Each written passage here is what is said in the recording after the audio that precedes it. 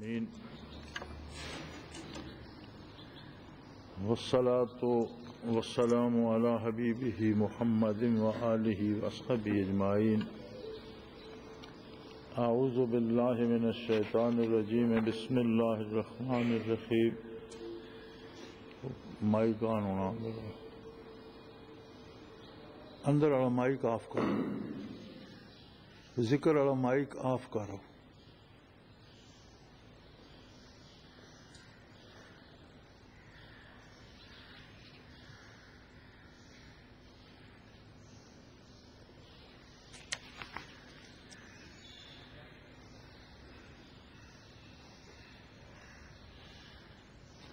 الحمدللہ رب العالمین والصلاة والسلام علی حبیبہ محمد وآلہ وصحبہ اجمعین. اعوذ باللہ من الشیطان الرجیم. بسم اللہ الرحمن الرحیم. واستغفروا ربکم ثم توبوا الیہ ان ربی رحیم ودود. اللہم سبحانک لا علم لنا الا ما علمتنا انک انت العلیم الحکیم. مولایا صلی وسلم دائما ابدا علی حبیبک من زانت بہ الاسر. 12ویں پارے سورہ ہود میں حضرت شعیب علیہ نبینا علیہ الصلوۃ والسلام کا ذکر خیر چل رہا ہے، اور اس سے پہلی آیہ کریمہ میں انہوں نے اپنی قوم کو بتایا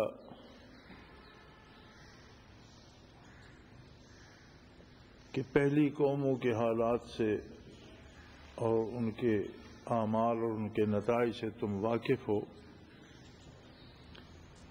میں اس بات سے ڈرتا ہوں کہ کہیں اسی تباہی اور اسی عذاب کا شکار تم لوگ بھی نہ ہو جاؤ جیسے قوم نوح علیہ السلام اور ہود علیہ السلام کے ساتھ ہوا، یا صالح علیہ السلام کی قوم کے ساتھ اس طرح سلوک ہوا.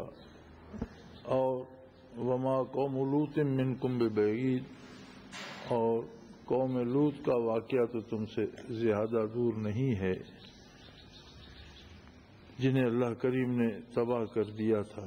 ان کی بستیاں الٹ دی تھیں اور اس پر پتھروں کی بارش ہوئی تھی. تو تم جو بھی کر چکے ہو، جو بھی بیت چکا ہے، جو بھی ہو چکا ہے، اس کا حل یہ ہے وَاسْتَغْفِرُوا رَبَّكُمْ. اپنے پروردگار سے اپنے گناہوں کی مغفرت طلب کرو.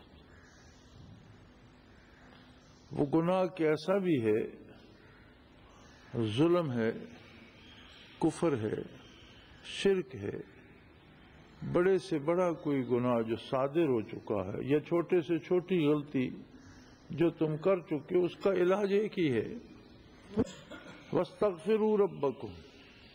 اپنے پروردگار سے اپنی تمام کوتاہیوں کی مغفرت طلب کرو. ثُمَّ تُوبُوا إِلَيْهِ، اور پھر اس کی اطاعت کا پکا عہد اور ارادہ کر لو. توبہ کیا ہوتی ہے؟ توبہ کا مفہوم یہ ہے کہ آدمی سے جو بھی غلطی، جو بھی کوتاہی، جو بھی خرابیاں ہو چکی ہیں، ان سب کو چھوڑ کر اطاعت الہی کا پکا عہد کر لے اور عملاً اس پہ کاربند ہو جائے. اپنی پوری کوشش اس پر عمل کرنے کی کرے. اگر تم اپنے گناہوں کی معافی مانگو اور آئندہ کے لیے اطاعت کا عہد کر لو، ارادہ کر لو، تو میں تمہیں یقین دلاتا ہوں ان ربی رحیم ودود، کہ میرا پروردگار بہت ہی مہربان اور رحم کرنے والا ہے. جو کوئی اس سے مغفرت طلب کرتا ہے، یہ اس کی شان کریمی سے بعید ہے کہ اسے خالی لوٹائے. وہ بہت بڑا رحم کرنے والا ہے.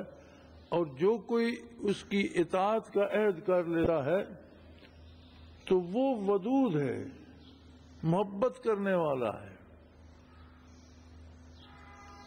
وہ اس بندے سے پیار کرتا ہے، محبت کرتا ہے، ایسا رشتہ استوار کر لیتا ہے کہ ہمہ وقت وہ بندہ اس کی رحمت کے زیر سایہ رہتا ہے۔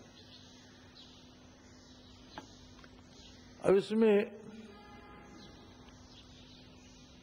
دو باتیں بندے کی طرف سے ہیں اور دو باتیں اللہ کریم کی طرف سے۔ بندے کی طرف سے اپنے گناہوں کی مغفرت کی طلب ہے کہ بندہ پوری دیانت، پوری امانت، پورے خلوص کے ساتھ اپنی خطا کار زندگی کو سامنے رکھتے ہوئے یہ گزارش پیش کرے کہ اے اللہ، مجھ سے جو کچھ ہوا غلط ہوا اور میں تیری بخشش کا طلبگار تیرے دروازے پہ کھڑا ہوں۔ اس کا جواب یہ ہے کہ اللہ کے نبی فرماتے ہیں کہ یقیناً میرا اللہ رحیم ہے، اس کی رحمت اور اس کے کرم سے یہ بعید ہے کہ کوئی خطا کار اس کے دروازے پہ حاضر ہو اور وہ اسے خالی لوٹا دے۔ یہ اس کی اپنی شان کریمی ہے اور اس کی اپنی عظمت ہے۔ گناہ بڑے سے بڑا بھی ہو سکتا ہے، لیکن کوئی بھی گناہ ایسا نہیں ہے جو اللہ کی بخشش اور اس کی رحمت کو عاجز کر دے۔ دوسری بات بندے کی طرف سے ہے کہ اپنی آئندہ زندگی میں وہ یہ عہد کر لے پورے خلوص کے ساتھ کہ اے اللہ، میں تیری اطاعت کروں گا، تیرے احکام کو مانوں گا، تیرے نبی پر ایمان لایا ہوں اور اسے نبی اور رسول سمجھ کر اس کی غلامی کروں گا۔ کیونکہ نبی اور رسول کی اطاعت جو ہوتی ہے وہ غیر مشروط ہوتی ہے، کوئی شرط نہیں لگائی جا سکتی کہ میں آپ کی اطاعت کروں گا تو مجھے آپ کیا دیں گے۔ نہیں، نبی کا مقام یہ ہے کہ وہ مطاع ہوتا ہے، اللہ کی طرف سے نبی کی عظمت یہ ہوتی ہے کہ اس کی اطاعت کی جائے۔ فرمایا جو شخص یہ عہد کر لے اسے دو جہانوں کی سب سے بڑی نعمت مل جاتی ہے، اور وہ ہے اللہ کی محبت، اللہ کی دوستی۔ اور اللہ ودود ہے، اللہ دوستی کرتا ہے، اللہ محبت کرتا ہے، محبت کرنے والا ہے۔ اس میں کمی یا کمزوری انسان کی طرف سے آتی ہے کہ بڑی بدنصیبی تو یہ ہے کہ ہم ہر گناہ کا بھی غلط یا صحیح جواز تلاش کرتے رہتے ہیں، اور ہم چاہتے ہیں کہ جو کچھ میں کر رہا ہوں یہی صحیح ہے اور درست ہے، حالانکہ ہم یا ہماری پسند معیار حق نہیں ہے۔ معیار حق اللہ کا حکم ہے، اللہ کے نبی کا حکم ہے۔ جو اس بارگاہ کو پسند ہے وہی حق ہے، اور جو وہاں نامقبول ہے وہ درست نہیں ہو سکتا۔ سب سے بڑی بدنصیبی یہ ہے کہ انسان اپنے گناہوں کا جواز تلاش کرتا رہے کہ میں جو کر رہا ہوں میں ہی صحیح ہوں۔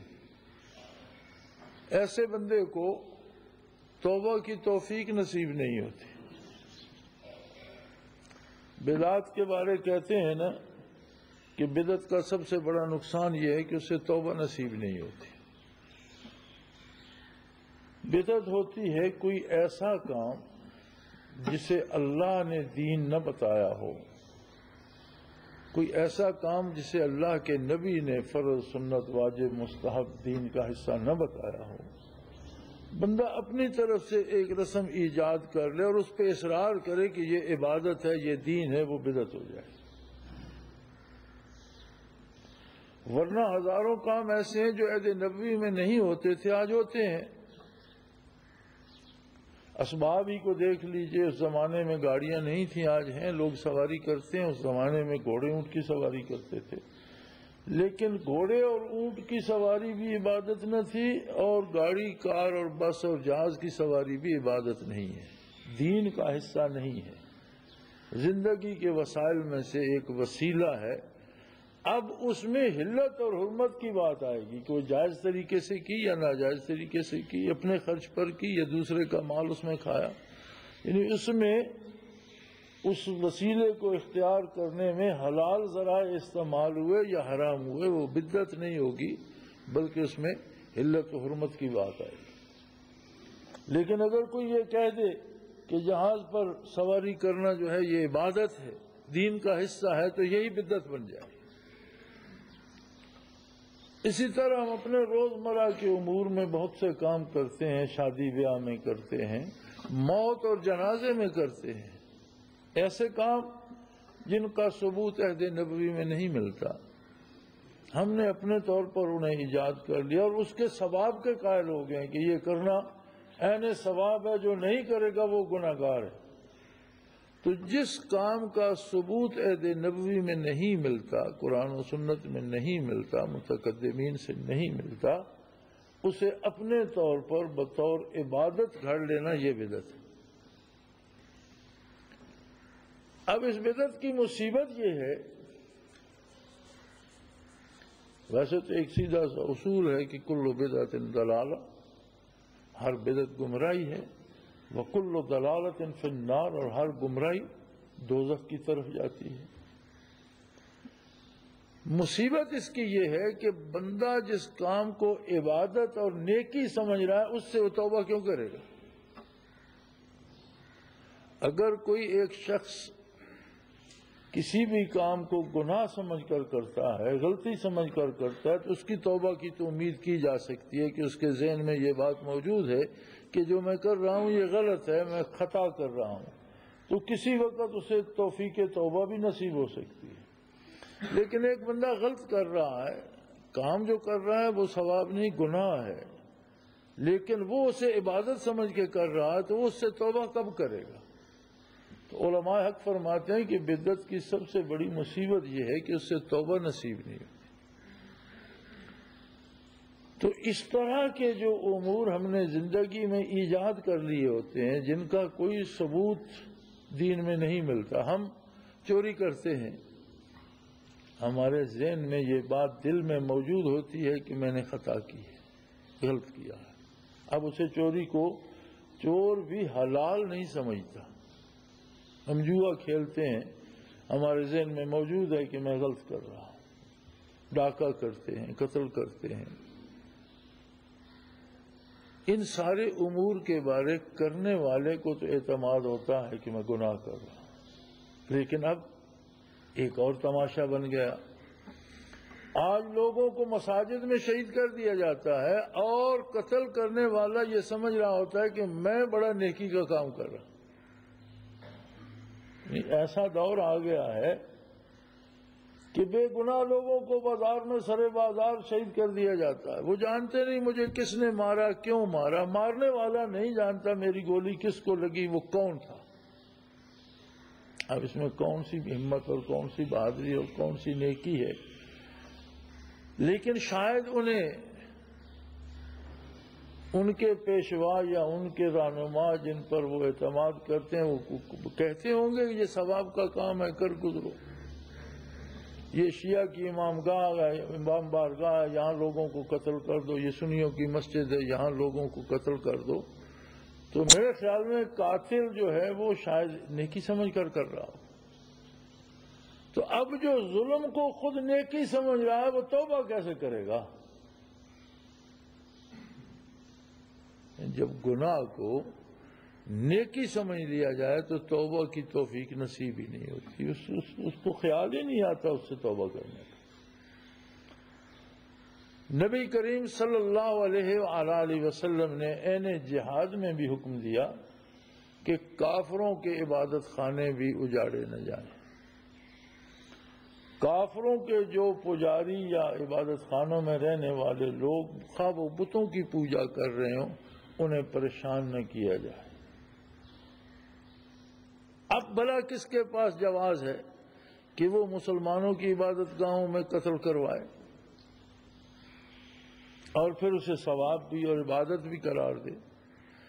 تو یہ ایسا دور آ گیا ہے کہ یہاں ہم اپنے گناہوں کو اور اپنی خطاؤں کو بھی نیکی کا اور اسلام کا لیبل لگا لیتے ہیں، جس کا سب سے بڑا نقصان یہ ہوتا ہے کہ توبہ کی توفیق ہی نہیں ہوتی۔ اب نیکی سے توبہ کون کرے گا؟ جس کام کو کوئی عبادت سمجھ بیٹھا اس سے توبہ کون کرے گا؟ لیکن نجات کا راستہ یہ ہے کہ اپنی ہر خطا سے توبہ کی جائے۔ وَاسْتَغْفِرُوا رَبَّكُمْ، اس پروردگار کو جو تمہارے لاکھوں گناہوں کے باوجود تمہاری پرورش کر رہا ہے، تمہیں روزی دے رہا ہے، تمہیں صحت دے رکھی ہے، تمہیں نظر دے رکھی ہے، عقل و شعور دے رکھا ہے، بے شمار نعمتیں دے رکھی ہیں۔ اس پروردگار کو راضی کرنے کے لیے اپنے جرائم کو غلط طور پر جائز مت سمجھو، بلکہ گناہ گناہ ہے اور اس کا علاج اللہ کی بخشش ہے۔ لیکن یہ اس طرح نصیب نہیں ہوتی کہ میں آپ کے لیے کرتا رہوں، آپ کسی اور کے لیے کرتے رہیں۔ یہ تو اللہ کریم کے ساتھ ذات کا معاملہ ہے کہ فرد اپنی ذات کو لے کر اس کے حضور میں کھڑا ہو جائے۔ آپ نماز کے لیے کھڑے ہوتے ہیں تو تکبیر کہہ کر، تکبیر اولا جب کہتے ہیں اللہ اکبر، تو ساری کائنات کو کاٹ کر الگ رکھ دیتے ہیں، بیوی بچے، گھر بار، کاروبار، مال و دولت، دوست دشمن، ہر چیز فراموش کر کے بندہ اللہ کے حضور پیش ہو جاتا ہے، اور اللہ سے ہم کلام ہوتا ہے، اللہ سے ہم سخن ہوتا ہے، اللہ کی بارگاہ میں اپنی گزارشات پیش کرتا ہے۔ جس طرح یہ منظر ہے حضوری کا کہ نبی کریم صلی اللہ علیہ وسلم نے منع فرمایا نماز پڑھنے والے کے آگے سے مت گزرو، اور آپ نے وجہ یہ ارشاد فرمائی فَإِنَّهُ يُنَاجِي رَبَّهُ، وہ اپنے پروردگار سے اپنے دل کی بات آہستہ آہستہ سرگوشیوں میں کہہ رہا ہے، وہ جانے، اس کا رب جانے، اس کے سامنے مت کہو، اس کی توجہ بٹ جائے گی، وہ بھٹک جائے گا اس بات سے، لہذا اس کے سامنے سے مت گزرو۔ بلکہ حضور علیہ السلام کا ایک ارشاد کا یہ مفہوم بھی ہے کہ دوسری طرف اگر آگ ہو اور بندے کو پتا ہو کہ نمازی کے آگے سے گزرنا کتنا جرم ہے، تو یقیناً وہ آگ سے گزر جائے گا، اس کے آگے سے نہیں گزرے گا۔ کہ ایک بندہ رب جلیل سے محو گفتگو ہے، آپ کون ہوتے ہیں کہ آپ درمیان میں سے گزرے؟ یہ جو حضوری اسلام نے عطا کی ہے اور ہر مسلمان کو عطا کی، یہ کسی الف بے جیم، کسی مولوی، کسی پیر، کسی پارسا کا حصہ نہیں ہے، ہر مسلمان کے لیے۔ اب یہ الگ بات ہے کہ ہم اس سے بھی فائدہ نہ اٹھا سکیں اور اپنے بدن کو باندھ کر کھڑا کر دیں، لیکن اپنے خیالات کو منتشر رکھیں، اپنے دل کو بازار میں رکھیں، دماغ سودے خریدتا اور بیچتا ہو اور زبان صرف رٹے رٹائے الفاظ دہرا رہی اور ہم اٹھ بیٹھ رہے ہیں، تو یہ ہماری بدنصیبی ہے۔ لیکن حق بات یہ ہے کہ نماز کے لیے جب بندہ کھڑا ہو تو کلی طور پر کائنات سے منقطع ہو کر اللہ کریم سے محو گفتگو ہو جائے، ایسے جیسے ایک میں ہوں اور ایک میرا رب ہے اور کچھ ہے ہی نہیں۔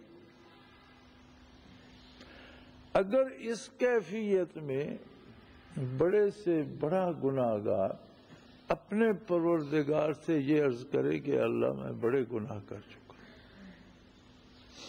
تو فرمایا وہ رحیم ہے، اس کی رحمت کو تم عاجز نہیں کر سکتے، تمہارے گناہ اس کی رحمت کو بے بس نہیں کر سکتے، بڑے سے بڑے گناہ وہ معاف کر دیتا ہے۔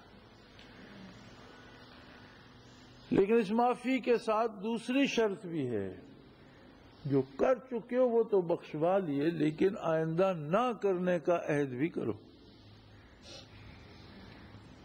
بخشش کی دو راستے ہیں، پہلا یہ کہ جو خطائیں ہو چکی ہیں ان سے بخشش طلب کی جائے، اور توبوا الی اللہ، توبوا الیہ، پھر اس کے ساتھ یہ وعدہ بھی کرو کہ میں آئندہ پورے خلوص کے ساتھ پوری کوشش کروں گا کہ میں تیری اور تیرے نبی کی نافرمانی نہیں کروں۔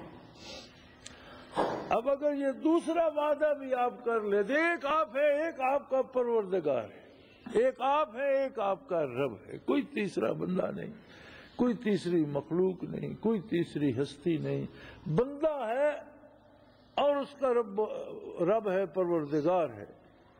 وہ بات کر رہا ہے، یا اللہ میں نے بے پناہ گناہ کیے ہیں، اس کی رحمت اسے ڈھانپ لیتی۔ پھر وہ دوسری بات کرتا ہے، یا اللہ آج کے بعد صدق کے دل سے عرض کر رہا ہوں، میں پوری کوشش محنت کروں گا کہ تیری اور تیرے نبی کی نافرمانی نہ کروں۔ اس کے جواب میں اللہ دوستی کرنے والا ہے، محبت کرنے والا ہے، وہ اللہ کا محبوب بن جاتا ہے، اللہ اس سے محبت کرنے لگتا ہے، اور اللہ جس سے محبت کرنے لگتا ہے اسے حفاظت الہیہ نصیب ہو جاتی ہے، گناہوں سے بچنے کی توفیق نصیب ہو جاتی ہے، محفوظ ہو جاتا ہے۔ تو بات تو یہ ایک لمحے کی ہے، یہ کوئی صدیوں کی بات نہیں ہے، یہ کوئی سالوں کی محنت نہیں ہے، مہینوں یا ہفتوں کی بات نہیں ہے، یہ تو ایک لمحے کی بات ہے کہ جب کسی کو یہ احساس ہو جائے کہ میں غلطی کر چکا ہوں، بہت گناہ کر چکا ہوں، تو کسی کو بھی درمیان میں نہ لائے اور ذاتی طور پر اللہ کے حضور میں پیش ہو جائے اور یہ کہہ دے، فرد ہو یا قوم۔ حضرت شعیب علیہ نبینا علیہ السلام پوری قوم کو خطاب کر رہے ہیں، فرما رہے ہیں سارے توبہ کرو، سارے بخشش مانگو، سب جمع ہو جاؤ، اپنی اپنی بات اللہ کے سامنے پیش کرو کہ اللہ ہم بہت گناہ کر چکے ہیں، وہ بخشنے والا ہے، رحم کرنے والا ہے، گناہ بخش دے گا۔ اور اس سے وعدہ کرو کہ اے اللہ آئندہ خلوص دل سے پوری کوشش کروں گا کہ تیرے اور تیرے نبی کی اطاعت کروں، تو وہ تم سے دوستی کر لے گا۔ اب جسے آپ ولایت کہتے ہیں، وہ اللہ کی دوستی کا نام ولایت ہے نا۔ ہم کہتے ہیں فلاں ولی اللہ ہے، اسے ہم نیک سمجھتے ہیں، عالم سمجھتے ہیں، باعمل سمجھتے ہیں، اور سمجھتے ہیں کہ یہ ولی اللہ ہے، لیکن یہ تو صرف ہمارا اندازہ ہے۔ بعض اوقات ہم خود کو سمجھتے ہیں میں ولی اللہ ہوں، اس کی کچھ سند تو نہیں ہے، لیکن اللہ جو ہے اس کی طرف سے سند ہے کہ وہ ہر مومن کا ولی ہے، یعنی ہر مومن ولی اللہ ہے۔ اللہ ولی الذین آمنوا، اللہ مومنوں کا دوست ہے، مستند بات ہو گئی۔ اب ایمان کیا ہے کہ اللہ کی ولایت نصیب ہو جائے، اللہ کی دوستی نصیب ہو جائے۔ ایمان کا اظہار انہی دو باتوں سے ہوتا ہے کہ جو بھی اللہ کی عظمت کا اقرار کر لیتا ہے پھر اسے اپنی خطاؤں پہ شرمندگی کا احساس ہوتا ہے کہ میں نے اس عظیم بارگاہ کی نافرمانی کی، تو توبہ کرتا ہے، اللہ سے وعدہ کرتا ہے کہ میں آئندہ ایسا نہیں کروں گا، جو ہو چکا خدایا بخش دے، آئندہ میری خلوص دل سے بھرپور کوشش ہوگی کہ میں ایسا نہ کروں۔ بڑی عجیب واقعات ہوتے ہیں۔ حضرت عبداللہ ابن مبارک رضی اللہ رحمۃ اللہ تعالی علیہ سفر حج پہ تشریف لے گئے،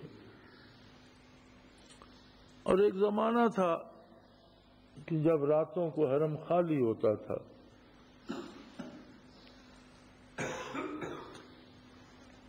میں نے بھی جب پہلا حج کیا تو اس زمانے میں بھی طواف کی جگہ بھی بہت تھوڑی سی تھی بیت اللہ کے گردا گرد، جہاں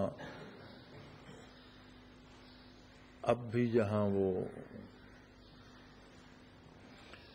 ایک دائرہ سا بنا ہوتا تھا، اس میں کھمبے اور بتیاں لگی ہوتی تھیں، اور گردا گرد روشیں بنی ہوتی تھی، سارا صحن زرد رنگ کی گیٹیوں سے بھرا ہوتا تھا، اور لوگ تھانوں کے تھان کپڑے آب زمزم میں تر کر کے وہاں پھیل دیتے تھے. اور اب بھی جہاں مقام ابراہیم ہے، وہ سفید پتھر جس پہ ابراہیم علیہ السلام کا قدم مبارک نقشہ جہاں رکھا ہے، بیت اللہ سے جتنی دوری پہ ہے تقریباً اتنی ہی دوری پہ پورا گردا گرد گول دائرہ ہوتا تھا، اور اتنا ہی رش ہوتا تھا کہ لوگ اس میں طواف کرتے تھے.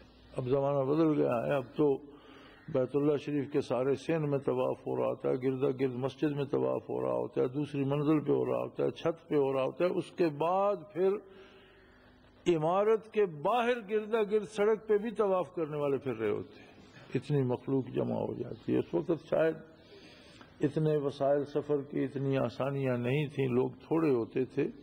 ہم نے بھی جب الحمدللہ پہلا حج کیا تو ہم رات کو عموماً 1-1:30 بجے کوشش کرتے تھے کہ بیت اللہ شریف میں جائیں تو 2, 4, 5 لوگ ہوتے تھے. طواف کرنا بھی مزے کا ہوتا تھا اور حجر اسود کو بوسہ دینے میں بھی کوئی دشواری نہیں ہوتی تھی.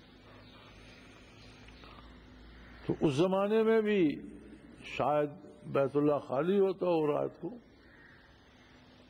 تو یہ لوگ بھی کوشش کرتے تھے کہ ایسے وقت میں ہمیں وہاں حاضری نصیب ہو جائے جب کوئی مخل ہونے والا نہ ہو. تو جب وہ تشریف لے گئے تو انہوں نے دیکھا کہ ان سے پہلے ایک شخص طواف کر رہا ہے مطاف میں پھر، اور بڑے درد سے کہہ رہا ہے لبیک اللہم لبیک. اس کے دل سے ہوک اٹھ رہی ہے.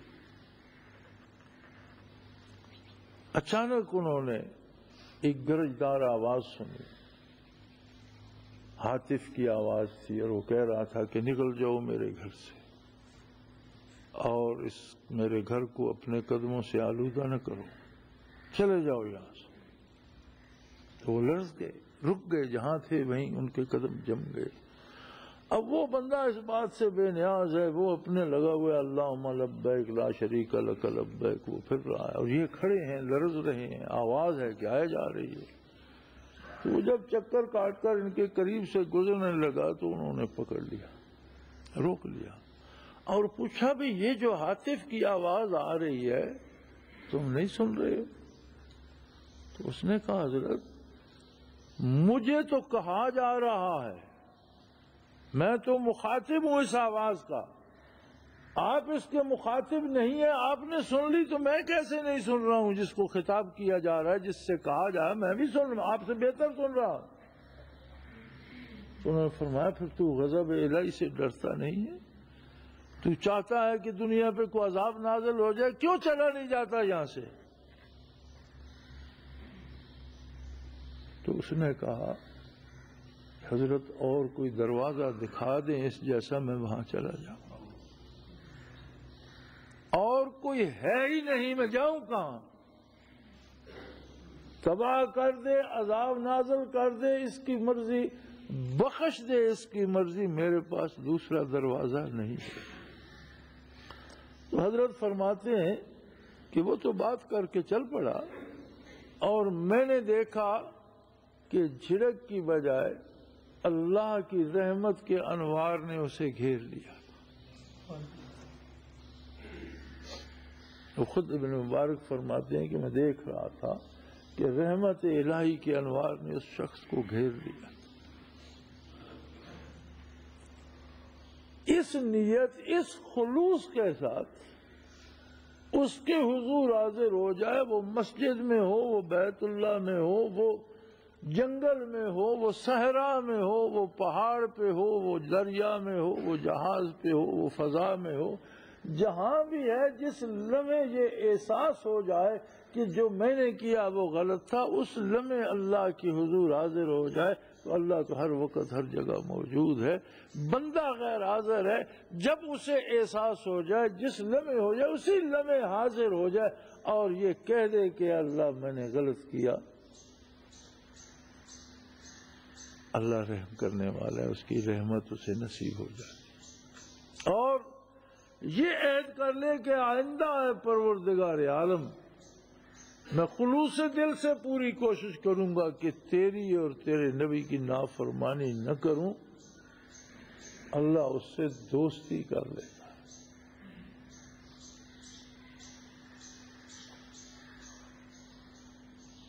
اور جس سے دوستی نصیب ہو جائے، اس سے بڑھ کر کوئی مانگنے کی چیز نہیں رہ جاتی۔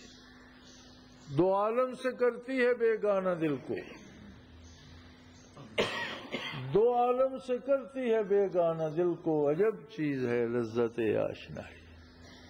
دوستی کا مزہ، دوستی کا نشہ ایسا ہے کہ بندہ دو عالم سے مستغنی ہو جاتا ہے، اس کی نظر جمال باری پہ جمی رہتی ہے، اور دونوں جہانوں کی کوئی نعمت اس کے جمال جیسی نہیں ہو سکتی۔ وہ بے مثل ہے، بے مثال ہے۔ محمود غزنوی رحمت اللہ تعالی علیہ عظیم سلطان تھا اور اللہ کا مقبول بندہ تھا۔ ساری عمر جس کی جہاد میں گزری۔ بڑا عجیب اتفاق ہے کہ اگلے دن میں نے ایک جنگل میں سلطان مرحوم کا ایک کیمپ دیکھا، ایک چوکی دیکھی، کچھ آثار ملے۔ کیا عجیب لوگ تھے، کہاں غزنی اور کہاں یہ ویرانے۔ گھوڑوں کا سفر تھا، لیکن کفر کے مقابلے کے لیے، اور ہندوستان میں سب سے زیادہ پوجے جانے والے بڑے بت کو توڑنے کے لیے غزنی سے 17 بار ہندوستان پہ حملہ آور ہوا اور اس بت کو توڑ کر دم لیا۔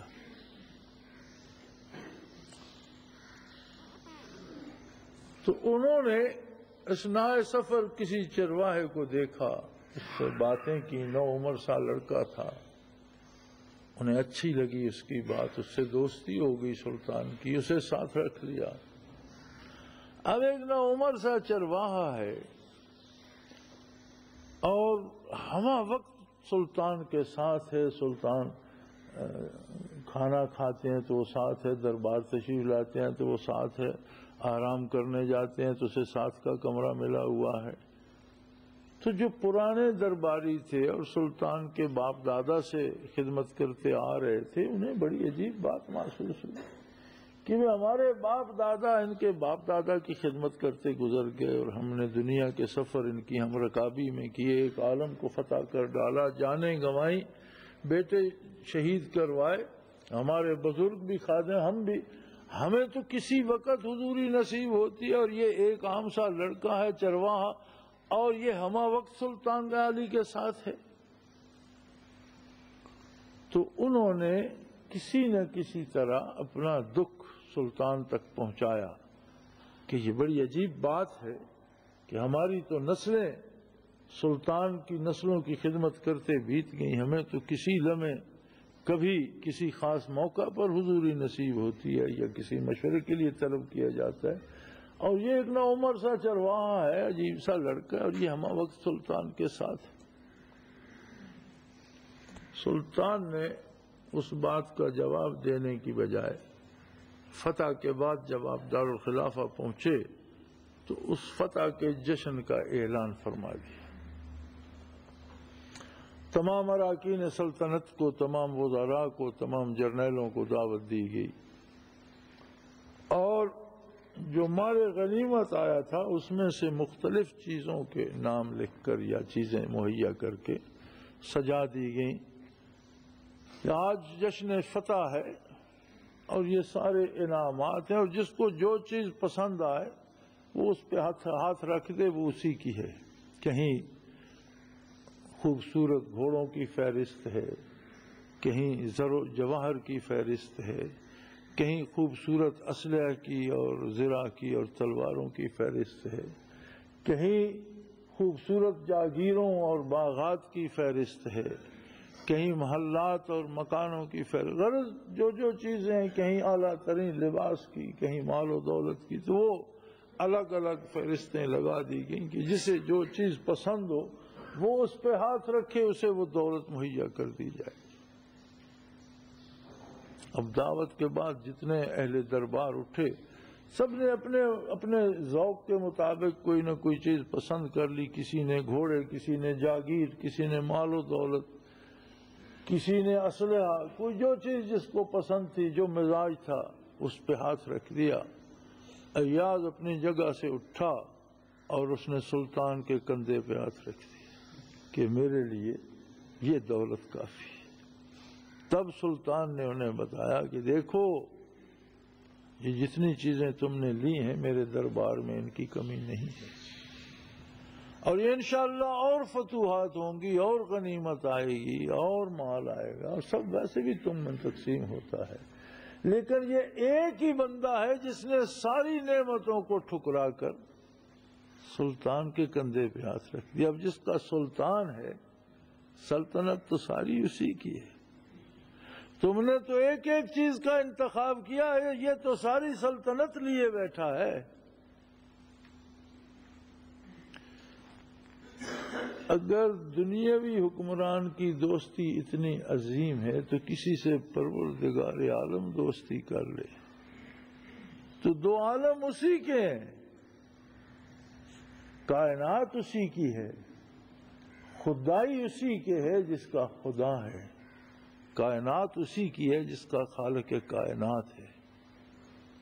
ایک عام آدمی، ایک فقیر آدمی، ایک خطا کار آدمی، واہ کیا خوب بات کہی جا رہی ہے۔ یہ پارساؤں سے نہیں کہا جا رہا، یہ نیکوکاروں سے اور علماء سے نہیں کہا جا رہا، یہ بڑے بڑے بزرگوں سے نہیں کہا جا رہا، یہ بات تو گناہگاروں سے ہو رہی ہے، خطا کاروں سے ہو رہی ہے، بدکاروں سے ہو رہی ہے کہ آؤ اللہ کی بارگاہ میں اپنے گناہوں کی معافی مانگو، اور یہ وعدہ کر لو کہ اے اللہ آج کے بعد خلوص دل سے میری پوری کوشش ہوگی کہ تیری اور تیرے نبی کی نافرمانی نہ کروں، تو تمہیں اللہ کی دوستی نصیب ہو جائے۔ عجیب باتیں کہتے ہیں اسلام پہ چلنا بڑا مشکل ہے، اسلام بڑا مشکل مذہب ہے، کیا مشکل ہے اس میں؟ ہاں ہم اپنے لیے خود مشکلیں پیدا کرتے ہیں، اپنے آپ کو خطاؤں کا عادی کر لیتے ہیں اور خود کو بدلنا نہیں چاہتے۔ اسلام میں تو جتنی چھوٹ اللہ نے دی ہے اور اس امت کو جتنی دی ہے اس کا احاطہ ممکن ہی نہیں ہے، اور یہ تو نعمت تقسیم ہو رہی ہے شعیب علیہ السلام کے زمانے میں، اب زمانہ ہے محمد الرسول اللہ صلی اللہ علیہ وسلم کا۔ آج اگر کوئی دامن مصطفی سے وابستہ ہو جائے، اپنی زندگی کے گناہوں کا اقرار کر لے اور اللہ سے بخشش چاہے اور یہ عہد کر لے کہ اللہ میں تیرے اور تیرے نبی کی نافرمانی نہیں کروں گا، تو اسے اللہ کی دوستی نصیب ہو جاتی ہے، وہ ولی اللہ ہو جاتا ہے۔ بس اتنی سی بات ہے ولی اللہ بننے میں اور ولایت سے محروم رہنے میں، ایک قدم ہے ادھر ہے تو پھر صدیوں کی دوری پڑ جاتی، اور ایک قدم ہے کہ راست کی طرف آ گیا تو ایک لمحے میں سارا معاملہ طے ہو گیا۔ اللہ کریم ہمیں احساس گناہ بھی عطا فرمائے، توبہ کی توفیق عطا فرمائے، بخشش مانگنے کی توفیق عطا فرمائے، اپنے اور اپنے حبیب کی اطاعت کی توفیق عطا فرمائے، اور محبت الہیہ کا چسکا ڈال دیں۔ وآخر دعوانا ان الحمدللہ رب العالمین۔